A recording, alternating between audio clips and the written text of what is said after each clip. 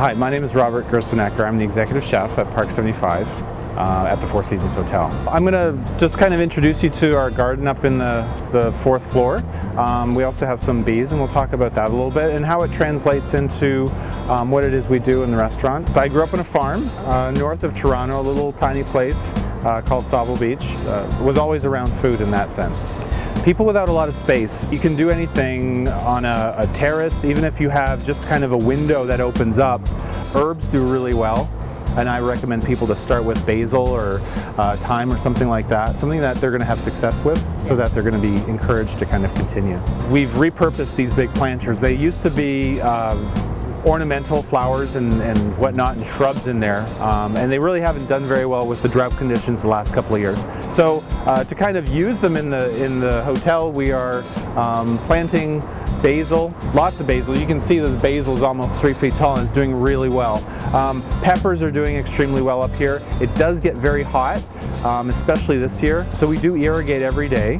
And we have our all-natural kind of compost and soil. We actually work with Farmer D, and he supplies us with the vegetables and the herbs also. We're doing zucchinis also, and the zucchinis are kind of a project this year. This is our second year for doing the garden. We weren't really sure if they're going to do well, but you can see there's lots of flowers going on in there, and you can see a small little zucchini starting right here. And we use that on our chef's table, and that's something that we do right in our kitchen, which is a really good experience that we can use all of these fun ingredients on. Key words now are local, organic, sustainable. Those are all hot buttons in the industry, and I think it's very important that you are familiar with it because it's more than a trend now. The hydroponic garden, this is in a transition stage right now, and this garden is basically floating on water. And what we do is we plant seeds in there, and you can see the root structure starting to form down there. And every 2 weeks or so we harvest the lettuce and we start all over again.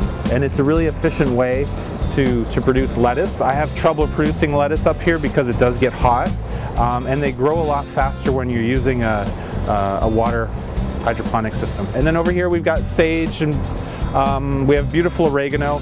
This is pineapple sage. It's really fragrant. We also have anise seed. We have a bay leaf.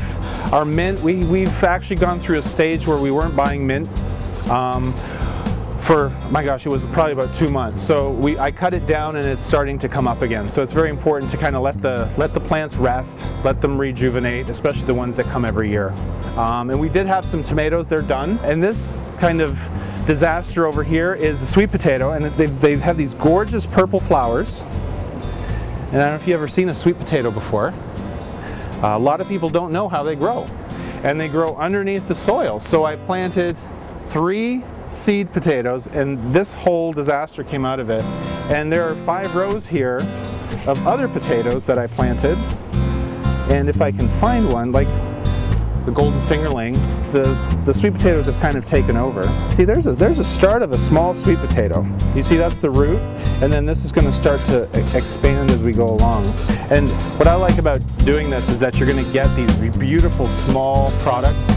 They're very delicate, gentle in flavor, and it's something you're not going to get in a grocery store.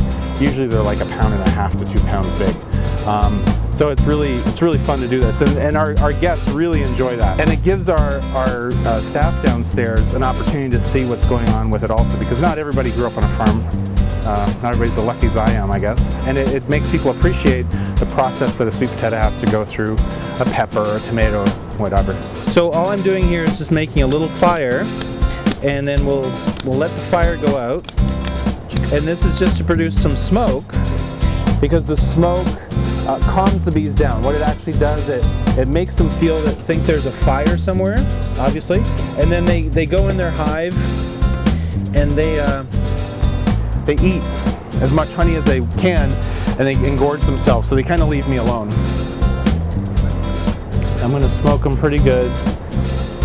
We harvested 80 pounds of honey off of this hive. We started a retail program where we're actually selling the honey in pound jars. We've got our own labels, and it kind of is a fun thing for our residents also upstairs to enjoy. But we sell that to anybody. I've got 80 pounds this year. So.